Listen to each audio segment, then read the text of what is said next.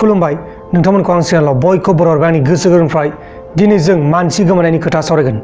जायबा मानसि गोमादों बे मानसिनि मुङानो जाबाय मन'का बसुमतारी आरो लोगोसे जायबा मानसिया हिन्जाव गोमाजादों बे मानसिनि मुङानो जाबाय दिबेश्वर बसुमतारी। बिसोरनि डिस्ट्रिक्टआ जाहैबाय हजाय डिस्ट्रिक्ट, गामिया जाहैबाय दुमिया, लोगोसे पोस्ट अफिसआ जाहैबाय तारालांस। बे जाहैबाय हजाय डिस्ट्रिक्टनि सिङाव थानाय तारालांस आरो लोगोसे गामिया जाहैबाय दुमिया। बे दुमियानिफ्रायनो बे मन'का बसुमतारीया गोमादों। गोमानाया गोमायाखै, गुबुन सासे बोराय मानसिजों एबा हिन्जाव गोनांखा हौवाजों खारलांदों।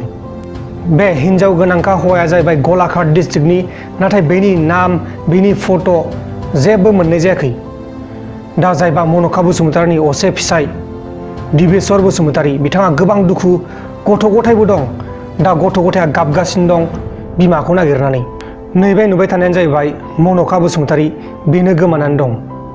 गोमानाया गोबावसै, गोमानाय डेटआ जाहैबाय 20 मार्च 2020। लकडाउननि सानसे सिगां बे मन'का बसुमतारीया गोमादों। गोमायाखै, गुबुन सासे बोराय मानसिजों खारलांदों।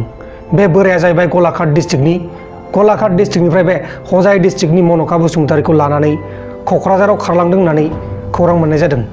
नाथाय बे मन'का बसुमतारीया क'क्राझाराव दंमारोना गैमारा दासिमबो मोजाङै थि मिथिनाय जायाखै। दा बेखायनो नोंथांमोना नैबे स्क्रिनाव नुनाय मन'का बसुमतारीखौ सिनायदोंब्ला बा नुदोंब्ला नैबे स्क्रिनाव नुनाय फन नाम्बारफोराव फन खालामनानै फोरमायहरनो हागोन। मानोना बिथां दिबेश्वर बसुमतारीया गोबां दुखु आरो लोगोसे गथ' गथायाबो गाबगासिनो दं। आसरित, बे गथ' गथाय थानानैबो गुबुन सासे बोराय मानसिजोंसो खारलांबावबाय।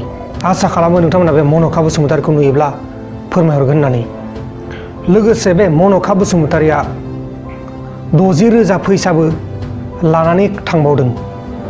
आसरित, खारदों लोगोसे 60,000 रांखौबो लानानै खारफादों।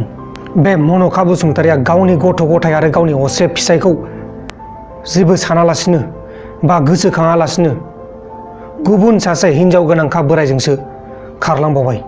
आसरित, लोगोसे खारनानै 60,000 रांखौबो लानानै खारलांबावबाय। खौराङाव फोरमायहरनाय बायदिब्ला बे मन'का बसुमतारीया क'क्राझाराव दंहैयो। नाथाय बे क'क्राझाराव दंमारोना गैमारा नोंथांमोनासो मिथिसिगौ। दा बेखायनो नोंथांमोना बे भिडिअखौ हागौमानि क'क्राझार डिस्ट्रिक्टआव खना खनला गासिबनोबो शेयार खालामजोब, जाहाथे बे मन'का बसुमतारीखौ थाबैनो हमनो हायो। मानोना बे मन'का बसुमतारीनि गथ' गथाया मन'का बसुमतारीखौ नागिरनानै गाबगासिनो दं। आरो गथ'फ्राबो ओरैबायदि गोरलै गाइखेरखौनो गाराखै। दानिसो फन रायलायदोंमोन जों, दानि बावैसो बे दिबेश्वर बसुमतारीजों आं फन रायलायदोंमोन। फन रायलायनायाव गथ' गथायफोरा ओरैबायदि गाबगासिनो दं बिमाखौ नागिरनानै।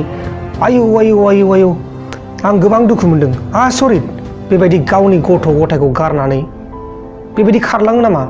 दा जियानो जादोला लोगोफोर, नोंथांमोना नैबे नुबाय थानाय मन'का बसुमतारीखौ मोजाङै नायनानै ला। आरो लोगोसे बे मन'का बसुमतारीखौ नुदोंब्ला अननानै नैबे स्क्रिनाव नुनाय फन नाम्बारफोराव फोरमायहरबानो जाबाय। आसा खालामो नोंथांमोना नुयोब्लाथाय फोरमायहरगोन होननानै।